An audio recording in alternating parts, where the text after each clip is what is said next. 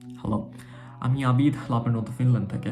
আমি আজকে কথা বলবো আপনাদের সাথে কিছু নিউ রুল নিয়ে, যেটা হচ্ছে 2025 থেকে যারা অ্যাপ্লাই করবে ফিনল্যান্ডে তাদের জন্য প্রযোজ্য। তো প্রথম জিনিসটা হচ্ছে অ্যাপ্লিকেশন ফি। আপনারা যারা এখন থেকে ব্যাচেলর অথবা মাস্টার্সের জন্য অ্যাপ্লাই করবেন তাদেরকে একটা অ্যাপ্লিকেশন ফি দিতে হবে, যেটা হচ্ছে 100 ইউরোস। এটা কাদের দিতে হবে না, আপনি অলরেডি হচ্ছে ফিনল্যান্ডে আছেন, আপনি একটা কন্টিনিউয়াস যদি রেসিডেন্ট পারমিটে থেকে থাকেন তাহলে এটা আপনার জন্য না। অ্যান্ড আপনি যদি ইইউ, ইইএ অথবা সুইস সিটিজেন হয়ে থাকেন তাহলে এটা আপনার জন্য প্রযোজ্য না। নাও, আমাকে অনেকে জিজ্ঞেস করতেছেন, ভাইয়া আমি জয়েন্ট অ্যাপ্লিকেশনে অ্যাপ্লাই করতেছি জানুয়ারিতে, যেমন জানুয়ারি 4 তারিখ থেকে 18 তারিখ, তখন আমি অ্যাপ্লাই করতেছি। সো ধরেন তখন অ্যাপ্লাই করলাম, তখন 5 সাবজেক্টে অ্যাপ্লাই করতেছি, তো আমার কি একসাথে 500 ইউরো দেওয়া লাগতেছে? না, এটা না। আপনি একবারই পে করবেন অ্যান্ড এটার জন্য আপনি হচ্ছে 5টাতে অ্যাপ্লাই করলেন। প্লাস যদি আপনি সেপারেট অ্যাপ্লিকেশনে অ্যাপ্লাই করেন ওই টাইমে, তখন ওই জানুয়ারি থেকে শুরু করে ওই সেপ্টেম্বরের আগ পর্যন্ত যদি আপনি মনে করেন কোনো জয়েন্ট অ্যাপ্লিকেশনে সেপারেট অ্যাপ্লিকেশনে অ্যাপ্লাই করলেন, তাহলে মনে করেন আপনার কোনো ফি নেই। কিন্তু আবার নেক্সট টার্মে যখন চলে যাবেন তখন আপনাকে ফি ঠিকই দিতে হবে। আরও একজন আছে যাদেরকে হচ্ছে ফি দিতে হবে না, তারা হচ্ছে আপনি যদি কোনো পিএইচডি প্রোগ্রামে অ্যাপ্লাই করে থাকেন কোনো রিসার্চ ইউনিভার্সিটিতে, যেমন আমি রিসার্চ ইউনিভার্সিটিতে পড়তেছি, লুথ ইউনিভার্সিটি। যদি এখানে আপনি পিএইচডির জন্য আসেন বা কোনো ইউনিভার্সিটিতে যদি আপনি পিএইচডির জন্য অ্যাপ্লাই করেন, তাহলে আপনার কোনো অ্যাপ্লিকেশন ফি নাই। অথবা আপনি যদি ইয়াসমাস বন্ধুসের পার্ট হয়ে থাকেন, যেটা হচ্ছে আপনি যদি এক্সচেঞ্জ প্রোগ্রামটা যেটা আছে সেটা যদি জন্য আসেন আর স্কলারশিপটা যদি পেয়ে থাকেন, if you did, congratulation for that. And যদি পেয়ে থাকেন তাহলে আপনার কোনো ফি নাই, which is a very good thing. Now to the next one. And lastly আপনাদের হচ্ছে টিউশন ফি নিয়ে আরেকটা চেঞ্জ হচ্ছে।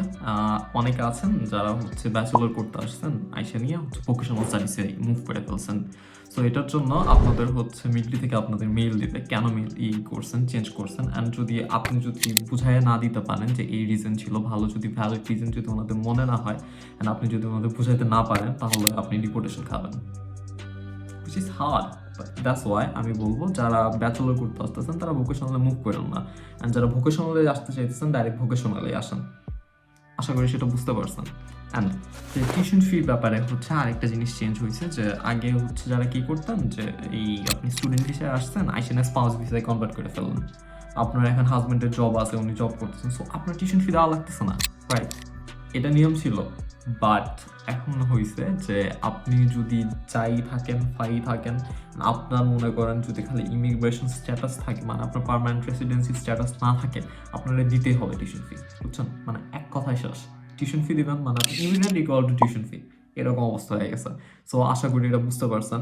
অ্যান্ড হ্যাঁ, লাস্টলি আরেকটা কথা, যেটা হচ্ছে আমাদের এখানে আমি খেয়াল করছি যাদের হচ্ছে ইনকাম স্টুডেন্ট অবস্থায় 2000 ইউরোর উপরে চলে যায়, তাদের জন্য হচ্ছে মিগরি থেকে মিল আসে। সো এটা মনে রাখেন, আপনাকে বুঝায় বলতে হবে যে আপনি কীভাবে করছেন। অ্যান্ড প্রত্যেক বছর একবার কতটুকু পড়াশোনা করছেন সেটা চেক হয়, কত ক্রেডিট পূরণ করছেন।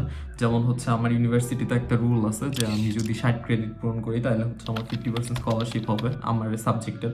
এখন মনে করেন না, অনেকের আছে যে হচ্ছে 60 ক্রেডিট পূরণ না করে পুরো বছরে কোর্স হয়েছে 30 ক্রেডিট করে রাখছে, অ্যান্ড এদিকটা জব করে প্রত্যেক মাসে 2000 ইউরো কামাইতেছে। ডিপোর্টেশন খাবেন, সোজা কথা, বুঝছেন? আপনি স্টুডেন্ট স্ট্যাটাস হারায় লাগবেন, একটা ডিপোর্টেশন খেয়ে যাবেন। সো এটা করেন না। আশা করি সব কিছু ঠিকভাবে করবেন, অ্যান্ড অ্যাপ্লিকেশন করার সময় মাথা ঠান্ডা রাখেন, হয়ে যাবে। It's not that hard. সব কিছু ঠিক রাখেন, ভালো করে পড়াশোনা করেন। অ্যান্ড এখন যদি যারা প্রস্তুতি নিতেছেন নেন, ভালো করে নেন। আইএলটিএস যারা দিতেছেন দেন, এসএটি যারা দিতেছেন দেন, ঠিকভাবে করেন, সব কিছু অ্যাপ্লাই করেন। And I hope to see you in Finland. Thank you for watching. Stay well.